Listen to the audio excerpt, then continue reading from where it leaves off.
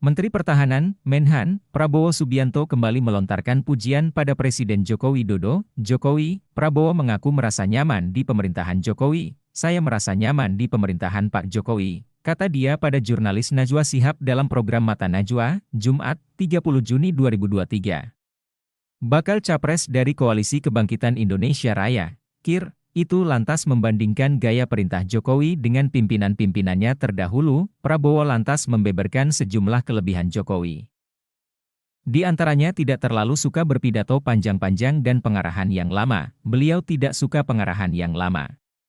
Singkat dan jelas, ujar Prabowo, Anda cocok dengan gaya itu? Tanya Najwa Shihab. Ya, saya cocok dengan gaya itu, jawab Prabowo. Bahkan, Prabowo kerap menjadikan kelebihan Jokowi itu sebagai koreksi dirinya yang terkadang berpidato panjang.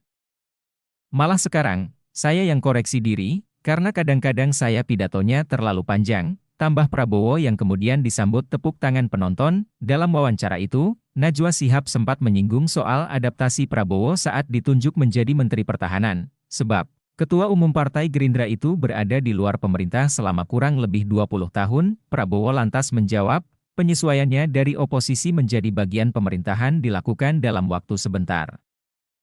Hal ini tak lepas dari pendidikan militer yang diterimanya dulu. Penyesuaiannya saya kira sebentar karena pendidikan di militer itu cukup membekas, kita harus tepat waktu, harus disiplin, jadi saya cepat menyesuaikan, ujar dia. Selain itu, Prabowo juga mengakui Jokowi sebagai guru politiknya saat ini.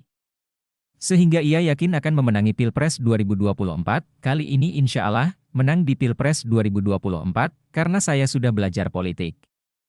Saya belajar dari Pak Jokowi yang mengalahkan saya. Berarti itu guru yang hebat, jadi ya santai saja, sambungnya. Sebenarnya, ini bukan kali pertama, Prabowo memberikan pujian pada Jokowi. Saat memberikan sambutan di hanggar PT Dirgantara Indonesia, Bandung, Prabowo memuji Jokowi sebagai presiden yang selalu membawa kebijakan yang pro-rakyat Indonesia. Dia pun bersaksi program-program Jokowi telah berada di jalan yang benar. Ia menjelaskan Presiden Jokowi telah melakukan program hilirisasi untuk mencegah sumber daya alam, SDA, Indonesia tidak terus dikeruk pihak luar. Presiden kita, pemerintah kita sekarang melaksanakan program hilirisasi. Tidak boleh kita ekspor, tidak boleh kita jual bahan mentah, sumber alam tidak boleh kita jual mentah, kita harus oleh di Indonesia, ungkap Prabowo, Kamis, 15 Juni 2023.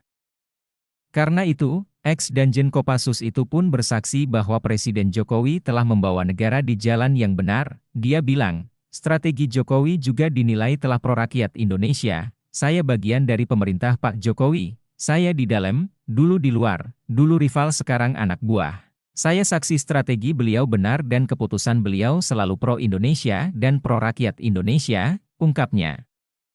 Lebih lanjut, Prabowo kembali memastikan bahwa Presiden Jokowi sudah berada di jalan yang benar. Pujian lain yang pernah dilontarkan Prabowo adalah menyebut Jokowi sebagai sosok pemimpin yang berani ambil keputusan, meski keputusan tersebut, kata Prabowo, cenderung melawan tekanan dari berbagai pihak. Atas keberanian tersebut, ia pun meminta supaya kader Gerindra mengerti akan kepemimpinan Jokowi.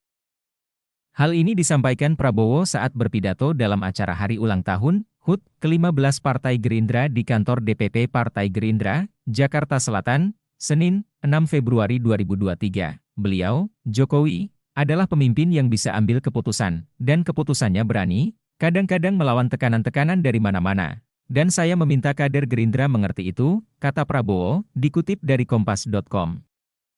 Prabowo mencontohkan kepemimpinan Jokowi yang berani mengambil keputusan, misalnya, ketika dunia dihadapi dengan gelombang COVID-19 beberapa tahun lalu, saat itu, Jokowi tidak melakukan lockdown total saat WHO dan negara tetangga menekan agar Indonesia melakukan hal tersebut, karena itu, ia pun memuji kepemimpinan Jokowi yang berani mengambil keputusan di tengah tekanan dari berbagai pihak.